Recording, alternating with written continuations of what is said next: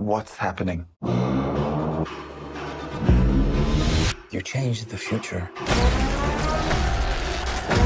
And you changed the past. What did you do? Want some help? You're. Yeah.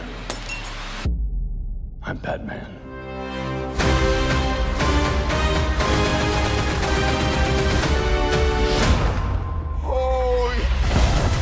There might not be a future.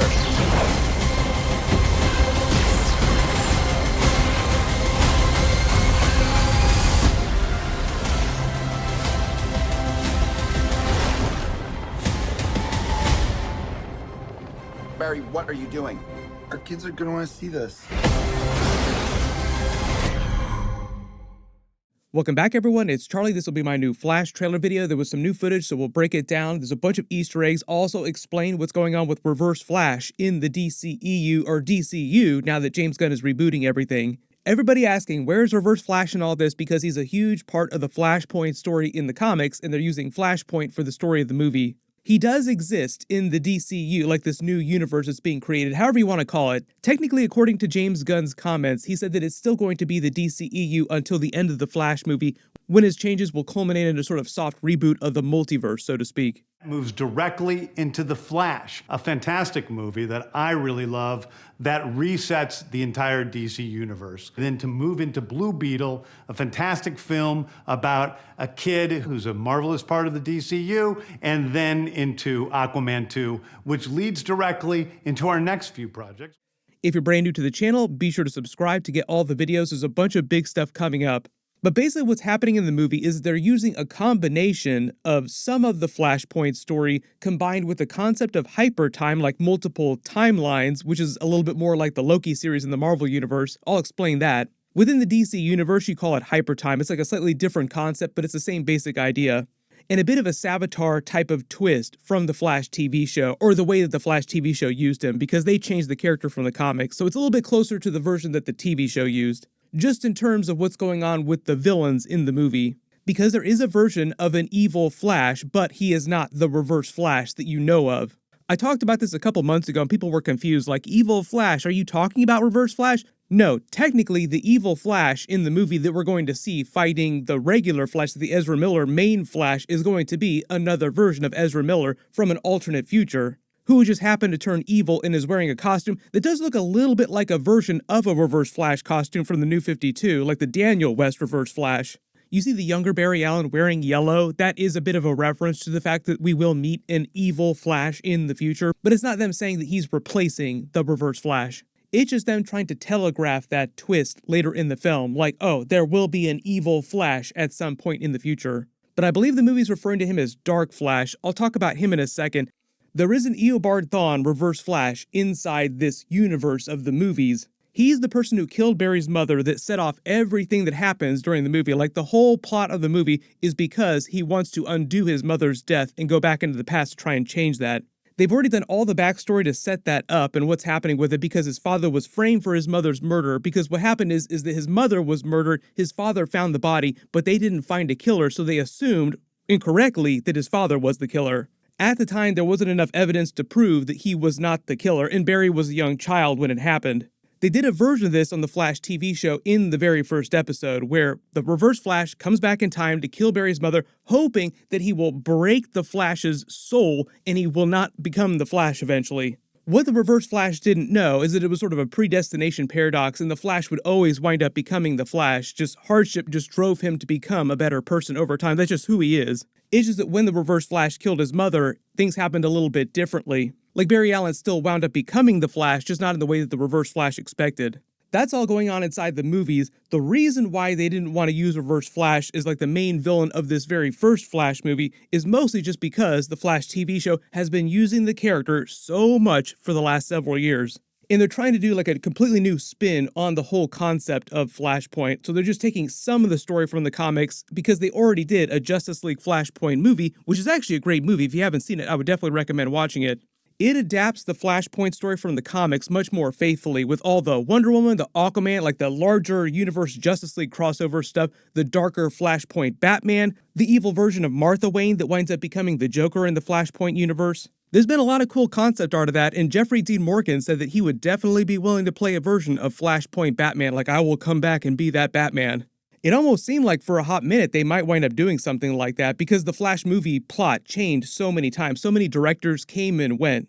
But in a way that a lot of movie plots, especially in the Marvel movies too, change a lot of what happens in the original comic book stories that they're based on. What they're doing with this version of Flashpoint is they're saying that Reverse Flash kills Barry's mother, sort of sets off everything that happens during the movie. I think they're only light Easter eggs to him in the film. They'll probably do him in future films as a much bigger character. But in the present day, after the events of the Justice League movie, like time has moved on and Barry has continued to work with the Ben Affleck version of Batman. He's the one that gives him the new Flash ring from the comics with his new Flash suit in it. They team up for a big save here where things go crazy. And enough time has gone by that Barry starts to get better and better at using his powers. He gets more powerful, or he learns to use his powers in a better way. And eventually becomes so powerful that he thinks that he can actually change the past. I can actually use this god-tier power to prevent my mother from dying just because he's been stuck on it his entire life since he was a little kid. And remember, his father's been in prison this whole time in present day. He's been trying to get him out, and he thinks that going back to save her will also solve that problem too. Of course, in the trailers, you see Ben Affleck's Batman telling him, hell no, don't do that, basically giving him the sage advice that this is only going to make things worse.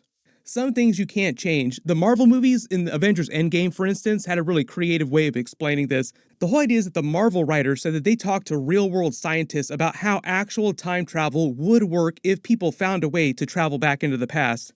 And just based on real-world physics that we know right now, like the knowledge that we have right now, you actually can't change your own past. You can only create new futures based on things that you changed in the past, and that's basically what happens during the Flash movie here. The Flash uses the Speed Force to travel back in time, but then the butterfly effect starts to happen and he starts to fracture what you think of as hyper time in the DC universe, and a bunch of timelines start bleeding into each other, changing the future. So that's why there's no Justice League on the Earth that he's on, even though he traveled back to his own past. And he only went back about 10 years right before the events of the Man of Steel movie. Like when he's standing here with a younger version of himself, it's about 2013 before Man of Steel picks up. Because when all these timelines start bleeding together and it erases his future Justice League timeline, like there are no metahumans on Earth anymore, nobody is there on Earth to protect them from Zod and the Kryptonians. That's why he takes his younger self, goes to try and find Batman, thinking that he'll find the Ben Affleck Batman, but also learns that it's not him, it's a totally different Batman, it's Michael Keaton's Batman, who when the movie picks up has been retired for a while, like he's actually put his suits into mothballs, so to speak. And they go around trying to assemble a new version of the Justice League with what they can find on this Earth, which includes Supergirl when he was expecting to find Clark Kent's Superman. Like, wait a minute, you're not Clark Kent. But it's all because of this concept of hypertime with overlapping timelines. The way that they describe hypertime in the DC Comics is they call it the vast interconnected web of overlapping timelines that comprise all of reality. Whereas when you think of the traditional multiverse concept like they did on the Flash TV show, it's like you visualize the Flash running through a bunch of different worlds until he finds the one universe that he's looking for.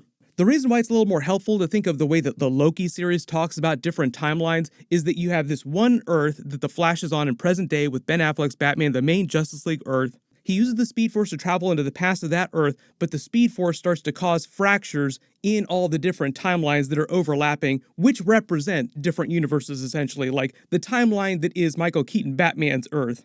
Where you get to the secret villain, the Dark Flash that is an evil Ezra Miller from the future wearing this crazy looking suit, it sounds like because the Flash starts to fracture all the different timelines and they start to overlap and bleed together, he comes from yet another different timeline that just overlaps and winds up putting him on this Earth with them.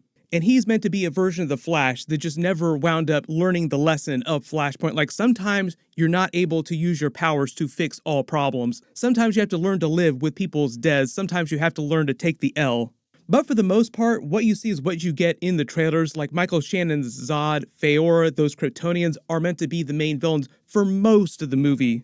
I think the big twist with the Dark Flash doesn't happen until much, much later in the film. So they're using him a little bit more like Savitar than they are the Reverse Flash. So they're not replacing Reverse Flash with this Dark Flash. Then what'll probably happen with Reverse Flash is we probably see him in like the second Flash movie if they wind up recasting the Flash. We have no idea if Ezra Miller is going to stay on. James Gunn has kind of been both ways about it. Like he could stay or we could wind up recasting. It could go either way. I don't expect them to talk too much about that until after the movie comes out. They already removed some cameos from Henry Cavill's Superman, and I think Gal Gadot's Wonder Woman. She might still be in some of the movie. But they had some post-credit scenes that set up a bunch of stuff that they're not going to pay off anymore, like future Crisis on Infinite Earth stuff, which was part of an old plan that they had before James Gunn was hired. So I believe they're going to leave the end of the movie relatively open-ended, where it seems like everything is different and just full of potentiality, like it could go anywhere. Any of the future directors that come on to do these next couple of movies, like Batman the Brave and the Bold, Superman Legacy, which James Gunn is writing himself. Anything that comes after this could just point to the end of the Flash movie and say, well, everything was supposed to be different, so it's because of what the Flash did, changing things at the very end of the film. There was a new scene of Supergirl in her Kryptonian suit on top of Michael Keaton Batman's Wayne Manor getting ready to take off and flight for the first time. It seems like it happens after this scene too, just because of the costume change. Like she's in her prison getup here inside Wayne Manor talking to the two Barrys, and they're just kind of nerding out on her.